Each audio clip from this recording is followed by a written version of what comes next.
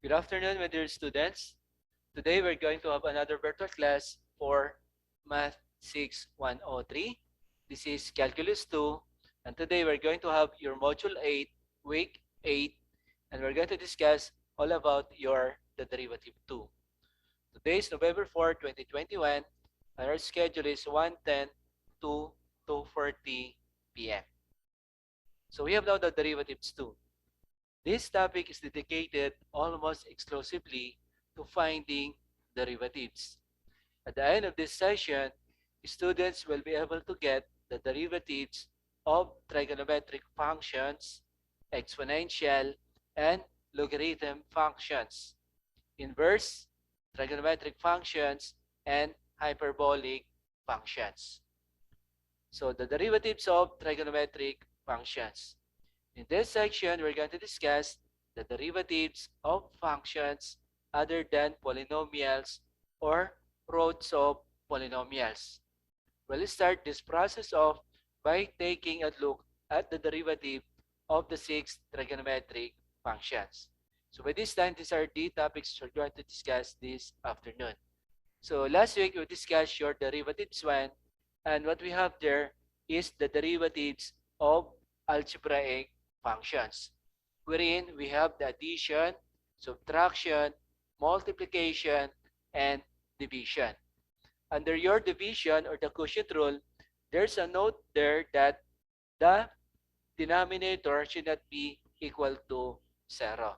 So those formulas in algebraic functions will still apply for these derivatives too.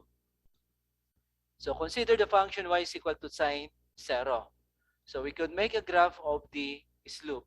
So it is your angle theta from negative pi all over 2, 0, pi all over 2, and pi. Your slope is negative 1, 0, 1, 0, and negative 1. So how are we going to do that? Okay. So we have here the color blue, which represents the graph of your sine. During your trigonometry, you already encountered this one. We call that the graph of sine and cosine function. In your trigonometry, the start of your sine function is at the origin. And then we have your waveform in the form of this one. Okay? Our reference is from 0, then 90 degrees, then 180, and then we have 270, and then we have 360 degrees. So we have a range from 0 to 360 degrees. The same with this, no? From 0, if we're going to start with this as our 0, but by this time we have negative 5. From negative pi to pi, that is considered as 2 pi. Okay? So in your trigonometry, we also discussed that the distance from your x-axis to the highest point of your curve is what we call your the amplitude. Okay? So this one represents your one cycle. That is 360 degrees. So that's why you're also encountering what we call the 60 hertz. If we're going to read on our appliances, we have there 220 volts, then 60 hertz. 60 hertz means 60 cycles per second. So for the sine wave, this is what we call a sine wave, that is only one cycle. So in 1 minute or in 1 second, there are 60 sine wave. We call that alternating current. Okay? So this is what we call your the graph of the sine function. So by this time, if you're going to get the first derivative of your sine, okay, the resulting curve is a cosine curve. So therefore, the derivative of sine x with respect to dx is what we call the cosine x. And that is your color red. Okay? In your trigonometry, the start of your cosine wave is not at origin. It starts at your amplitude, which is equivalent to 1. And then it goes like this one. From 90, okay, then 180, and then as long as it complete the one cycle. So from 0 to 360 degrees. So this is your waveform. Ganyan po siya. So mag-gain po siya, nag-start po siya sa amplitude na 1, mag-gain din po siya sa 1. Okay? So, that is what we call the graph of the cosine function. So, if we're going to get the derivative of sine, this is the graph of sine, then we have now the graph of the cosine. If your sine is equal to 0. Okay? So, that's your first derivative. Next, for y is equal to cosine 0, which means your y is equal to cosine 0, which made at the origin. Okay? So this is now your waveform of your cosine function. Okay? From negative pi to positive pi, or that is equivalent to 0 to 2 pi. That is equivalent to 360 degrees. This is your what we call the one cosine wave cycle. Okay? So with that, okay, if we're going to get the derivative of cosine, okay, the resulting curve is a sine curve that has been reflected about the x-axis. So the derivative of cosine x is equal to negative sine x. So that is our answer. So now we can find the derivative of tangent x by using the quotient rule. So the derivative of tangent x with respect to dx equal to, from our trigonometry, tangent is the same as sine x all over cosine x. Okay? And we're going to use your derivative in quotient rule, which means this one represents your u, this one represents your v. U divided by v. So from our formula, derivative of u all over v, that is equivalent to v du minus u dv all over v squared. Okay? And if we're going to have that one, so this is our v, and this is our u. So we have v. Okay? So this is our v. Derivative ng sine is cosine. So we have v du minus u. This is our u. Sine x. Derivative ng cosine is negative sine x. All over v and then squared. Okay? So simplified further, cosine by cosine, cosine squared x. Negative na negative, we have sine squared x, magiging plus. And we know that from our trigonometry, sine squared theta plus cosine squared theta is equivalent to 1. So what's left will be 1 all over cosine squared. So from that, the derivative of tangent x is equivalent to secant squared x. Okay? So with that, this is now the derivative of the 6 trigonometric functions. So the derivative of sine is cosine, derivative ng cosine is negative sine, derivative ng tangent is secant squared x. Derivative ng cotangent, negative cosecant squared x. Derivative ng secant x is secant x, tangent x. Derivative ng cosecant x is negative cosecant x, cotangent x. So please familiarize with this formula. Next, we have your example number 1. Differentiate g, which is a function of x, is equal to 3 secant x minus 10 cotangent x. Okay? So solution, there really is not a whole lot to do this problem. We'll just differentiate each term using the derivative of trigonometric functions. Okay? So from our formula, the derivative of constant c multiplied by du is equal to constant, the derivative of u. So our here is 3 is constant. So what we're going to do, ilalagay po natin siya sa unahan. Then we're going to get the derivative of secant x.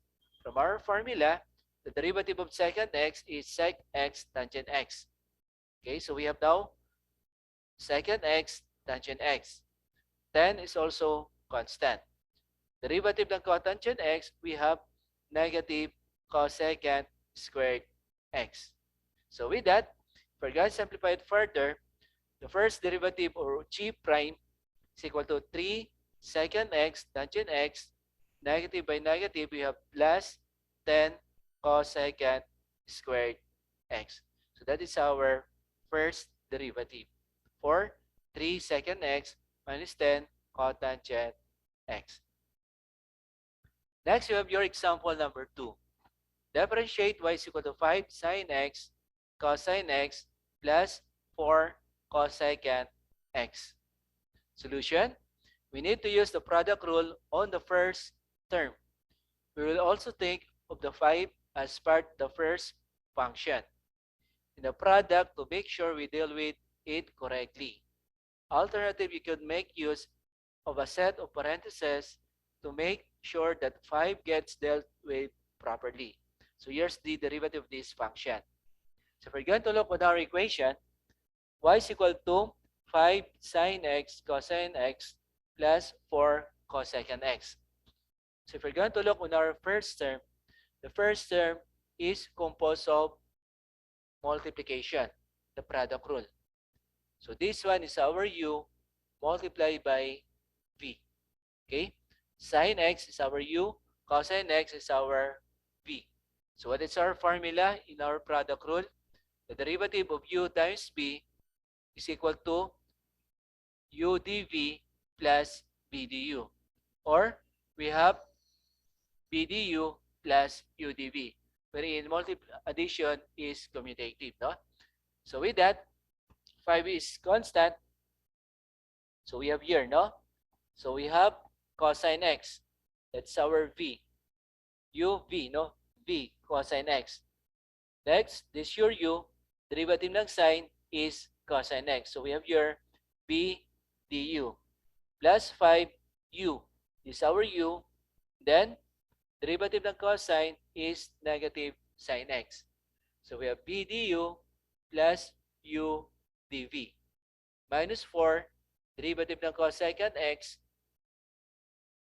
is negative cosecant x cotangent x. Okay? So that's our formula.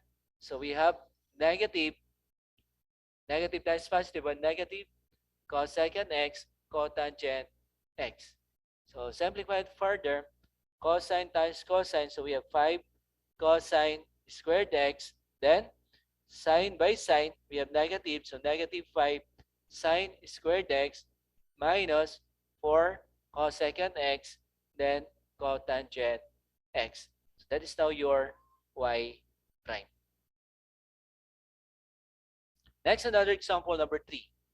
Differentiate p, which is a function of t, is equal to sine t divided by 3 minus 2 cosine t.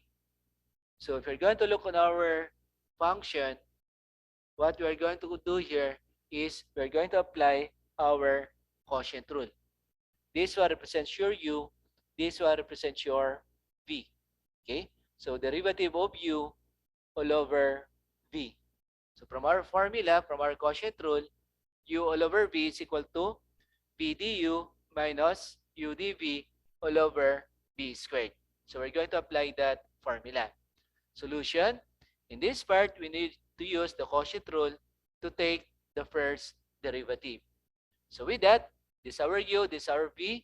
Formula: v du minus u dv. So our v is 3 minus 2 cosine t. So 3 minus 2 cosine t. Derivative ng sine is cosine t. So v du minus u, that is sine t.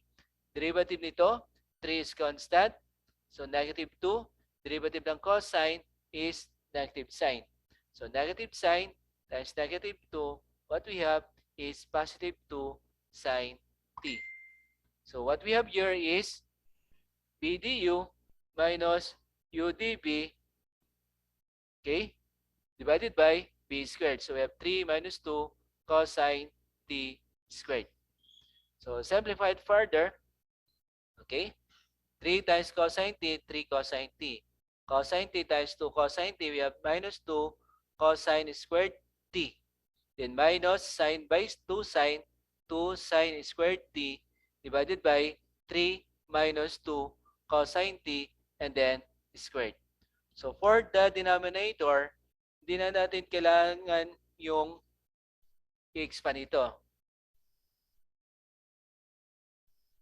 Okay? So that is our answer, no? For the denominator. But in our numerator, we can still simplify, no? If we're going to look on this one, 2 is common to the both side of the equation. With that, if we're going to factor, be careful with the signs when differentiating the denominator. The negative sign we get from differentiating the cosine will cancel against the negative sign that is already there. So this appears to be done, but there's actually a fair amount of simplification that can yet be done. But there's actually a fair amount of simplification that can yet be done. To do this, we need to factor out a negative 2 from the last two terms in the numerator. Okay? So that is our simplifications that we're going to do. And we're going to use the formula cosine squared t plus sine squared t is equal to 1.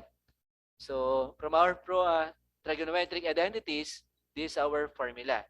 Okay? So we have 3 cosine t. Okay? So we have negative 2. That's our common factor. What's left will be negative yun, no? So we have cosine squared plus sine squared t. Okay? So with that, 2 multiplied by cosine squared t plus sine squared t. Okay? So divided by 3 minus 2 cosine squared t, 2 cosine t, and then squared. So we're not going to simplify this one. So after making a factor, we know that this formula from our trigo, cosine squared theta plus sine squared theta is equivalent to 1. So 1 multiplied by 2, the answer is 2. With that, after simplification, your first derivative will have 3 cosine t minus 2 divided by 3 minus 2 cosine t and then squared. So that is our answer. Next, we have the derivatives of exponential and logarithmic functions. We're already done with the 6 trigonometric functions. By this time, we have now the exponential and logarithmic functions. The next sets of functions are exponential and logarithm functions. The most common exponential and logarithm functions in a calculus course are the natural exponential function. We have e to the x. The natural logarithm function, we have ln x. We'll take a more general approach and look the general exponential and logarithm functions. So this is our next topic. So which is e to the x and ln x. Okay? So here's now the summary of the derivatives in this segment.